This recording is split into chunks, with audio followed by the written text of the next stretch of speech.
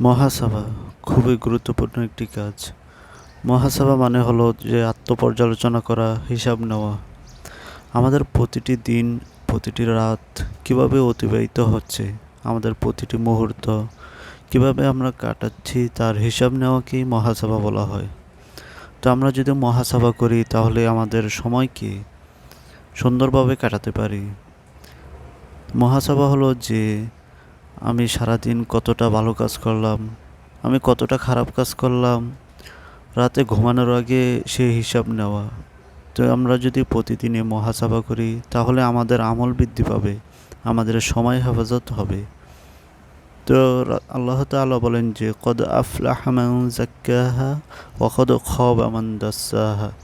সফল ওই ব্যক্তি যে তার আত্মাকে পরিশুদ্ধ করে, আর ব্যর্থ ওই ব্যক্তি যে তার আত্মাকে কলুষিত করে। তো মহাসভার মাধ্যমে আমরা আমাদের আত্মাকে পরিশুদ্ধ করতে পারি এবং আমাদের খারাপ অভ্যাসগুলোকে আমরা ত্যাগ করতে পারি।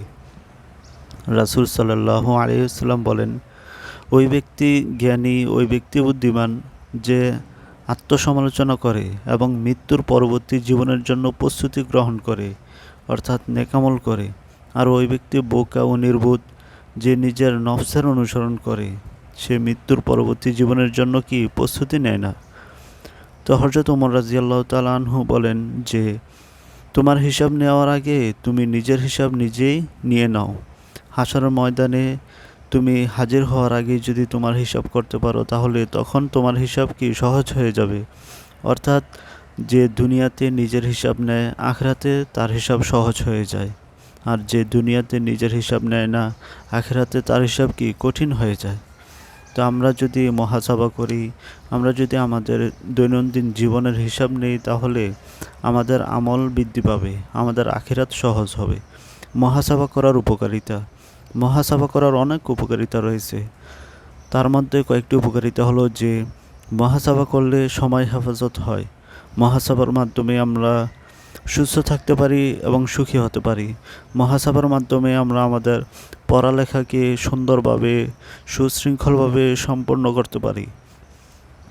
মহাসভার মাধ্যমে আমরা আমাদের আমল বৃদ্ধি করতে পারি, আমলের প্রতি আগ্রহ সৃষ্টি হয়। শয়তানের ধোঁকা থেকে আমরা বেঁচে থাকতে পারি। মহাসভার মাধ্যমে আমরা সহজেই গুনাহ ত্যাগ করতে পারি এবং নেক আমলের প্রতি আমাদের আগ্রহ বৃদ্ধি করতে পারি। মহাসভার মাধ্যমে আমরা আমাদের জীবনকে সুন্দর ও সুশৃঙ্খল করতে পারি। মহাসভার মাধ্যমে আমরা দুনিয়া এবং আখিরাতে সফল হতে পারি। তো আমরা সকলেই মহাসভা করার চেষ্টা করব।